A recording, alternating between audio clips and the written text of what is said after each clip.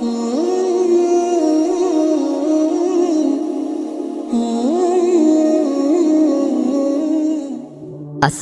আলাইকুম ওয়া রাহমাতুল্লাহি ওয়া বারাকাতুহু।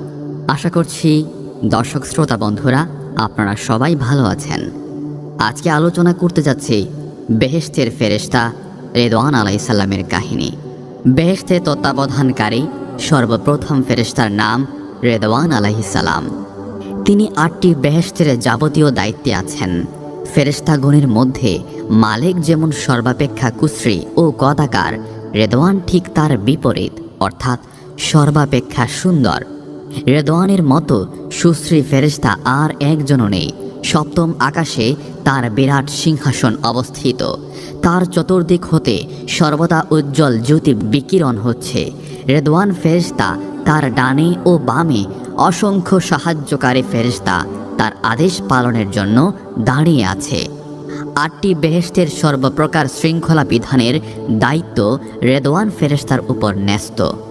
হযরত মুহাম্মদ সাল্লাল্লাহু আলাইহি ওয়াসাল্লাম বলেছেন, মেরাজের রাত্রে আমি জিব্রাইল ফেরেশতার সহিত ভ্রমণ করবার কালে মালিক ফেরেশতার নিকট দোজখের বর্ণনা শ্রবণ করে অত্যন্ত চিন্তিত ও দুঃখিত মনে কিছু দূর অগ্রসর হওয়ার পর সপ্তম আকাশে একজন পরম সুন্দর ফেরেশতাকে দেখতে পেয়ে জিব্রাইল আলাইহিস সালামের নিকট তার পরিচয় জিজ্ঞেস করলাম।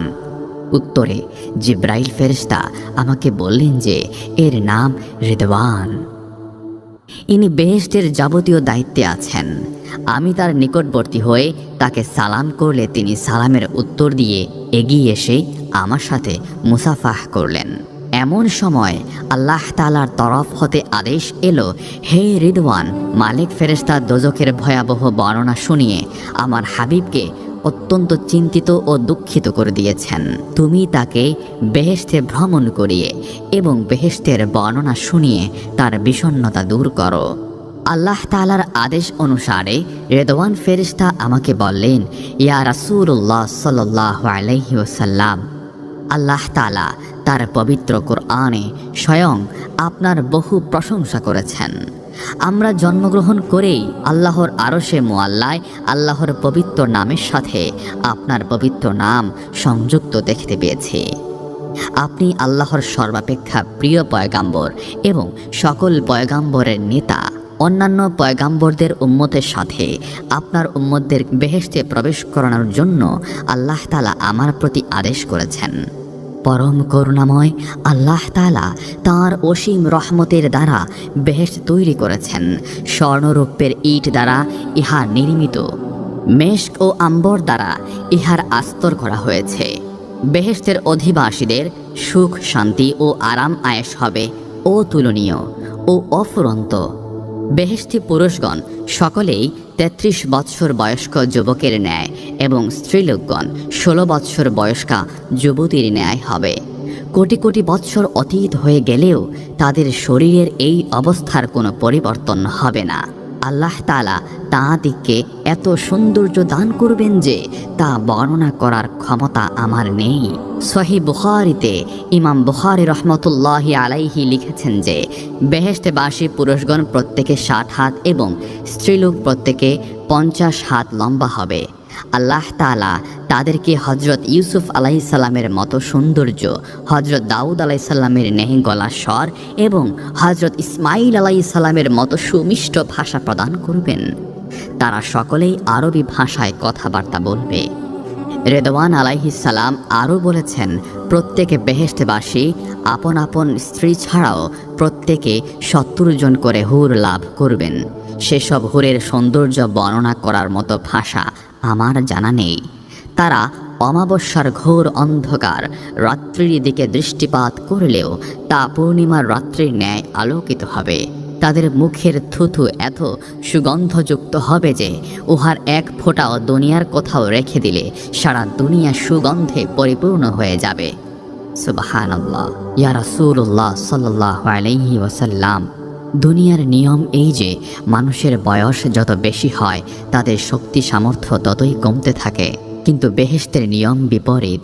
বেহেশতবাসীদের বয়স যত বেশি হবে তাদের শক্তি সামর্থ্য ও সৌন্দর্য ততই বৃদ্ধি পেতে থাকবে। আল্লাহ তাআলা বেহেশতবাসীদেরকে 70 প্রকারের বিশেষ পোশাক পরাবেন। প্রত্যেক পোশাকের রং বিভিন্ন রকম হবে। বেহেশতীদের জন্য আল্লাহ তাআলা এমন সব নেয়ামত সৃষ্টি করে রেখেছেন যা কোনো চক্ষু দর্শন করেনি, যা কোনো কর্ণশ্রবণ করেনি, যা কোনো মানুষ তা কল্পনাও করতে পারেনি। বেহেশতবাসীদের কোনো রূপ ভাবনা চিন্তা, অভাব অভিযোগ বা কোনো দুঃখ কষ্ট থাকবে না। তাদের পায়খানা প্রস্রাব করার প্রয়োজন হবে না।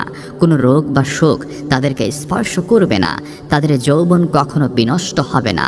তাদের পোশাক পরিচ্ছদ ময়লা হবে না। তাদের শরীর হতে যে ঘাম নির্গত হবে তাতেই তাদের পায়খানা প্রস্রাবের প্রয়োজন মিটে যাবে। অথচ তাদের ঘামের কোনোরূপ দুর্গন্ধ থাকবে না, বরং উহা মেশক ও আম্বরের ন্যায় সুগন্ধিযুক্ত হবে। বেহেশতের ফলের গাছগুলির প্রত্যেকটিতে বিভিন্ন স্বাদ বিশিষ্ট বিবিধ ফল উৎপন্ন হবে। সেসব ফল এমন সুস্বাদু হবে যে দুনিয়ার কোনো শাহানশাহ বাদশাহ ও সেরূপ স্বাদের কোনো খাদ্য কোনো দিন আহার করেনি। বেহেশতের ফলসমূহের খোসা বা আটি থাকবে না। সেগুলি কাহাকেও হাত দ্বারা উঠিয়ে আহার করার প্রয়োজন হবে না। কেহ কোনো ফল খেতে ইচ্ছে করলে উক্ত ফলের গাছ ঝুঁকে তার মুখের সম্মুখে আসবে। সুবহানাল্লাহ। বেহেশতের প্রাসাদগুলি ইট, স্বর্ণ ও রৌপের দ্বারা নির্মিত। উহার একখানা স্বর্ণের ইটের সহিত একখানা রৌপ্যের ইট মেশক ও আম্বর দ্বারা জুড়ে দেয়া। এক তলা হতে অন্য তলার দূরত্ব আসমান ও জমিনের দূরত্বের সমান। 8টি বেহেশতের মধ্যে জান্নাতুল ফেরদাউস অধিক শ্রেষ্ঠ। উহার ভিতরে 4টি ঝর্ণা প্রবাহিত আছে। তার মধ্যে একটি দুধের, একটি মধুর, একটি শরবতের এবং একটি স্বচ্ছ ও সুশীতল নির্মল পানির। আল্লাহ তাআলা আপনার উম্মতের জন্য জান্নাতুল ফেরদাউস নির্দিষ্ট করে রেখেছেন। সুবহানাল্লাহ। রাসূলুল্লাহ সাল্লাল্লাহু আলাইহি ওয়াসাল্লাম বলেন, এসব বর্ণনা করতে করতে রিদওয়ান আমার হাত ধরে জান্নাতুল ফেরদাউসের ভিতর ভ্রমণ করতে লাগলেন। পথ চলতে চলতে আমি বিস্মিত নয়নে সেই সব নেয়ামত দেখছিলাম এবং মনে মনে চিন্তা করেছিলাম যে এইসব নেয়ামত যারা ভোগ করবে তারা সত্যিই ভাগ্যবান। সুবহানাল্লাহ। এমন সময় আল্লাহ তাআলার তরফ হতে বাণী ভেসে এলো, হে আমার প্রিয় হাবিব, আপনার উম্মতের জন্যই আমি এসব নেয়ামত সৃষ্টি করেছি। আল্লাহ তাআলার এই বাণী শ্রবণ করে আমি সন্তুষ্ট হয়ে তৎক্ষণাৎ আল্লাহর উদ্দেশ্যে সিজদা করলাম। তৎপর রিদওয়ানের নিকট থেকে বিদায় নিয়ে সিদরাতুল মুনতাহার দিকে অগ্রসর হলাম। সুবহানাল্লাহ। আল্লাহ তাআলা আমাদের সবাইকে নেক আমল করার তৌফিক দান করুন, যেন আমরা মৃত্যুর পরে এমন একটি বেহেশত নসিব করেন আল্লাহ তাআলা আমাদের জন্যে। জান্নাতুল ফেরদাউস সকলের জন্যে আল্লাহ তাআলা যেন কবুল করে নেন, আমিন। তো বন্ধুরা, আজকের ভিডিওটি এই পর্যন্তই। ইনশাল্লাহ দেখা হচ্ছে আগামী কোনো ভিডিওতে। সে পর্যন্ত ভালোই থাকবেন, সুস্থ থাকবেন, চ্যানেলটি সাবস্ক্রাইব করে আমার পাশে থাকবেন। জাযাকাল্লাহ।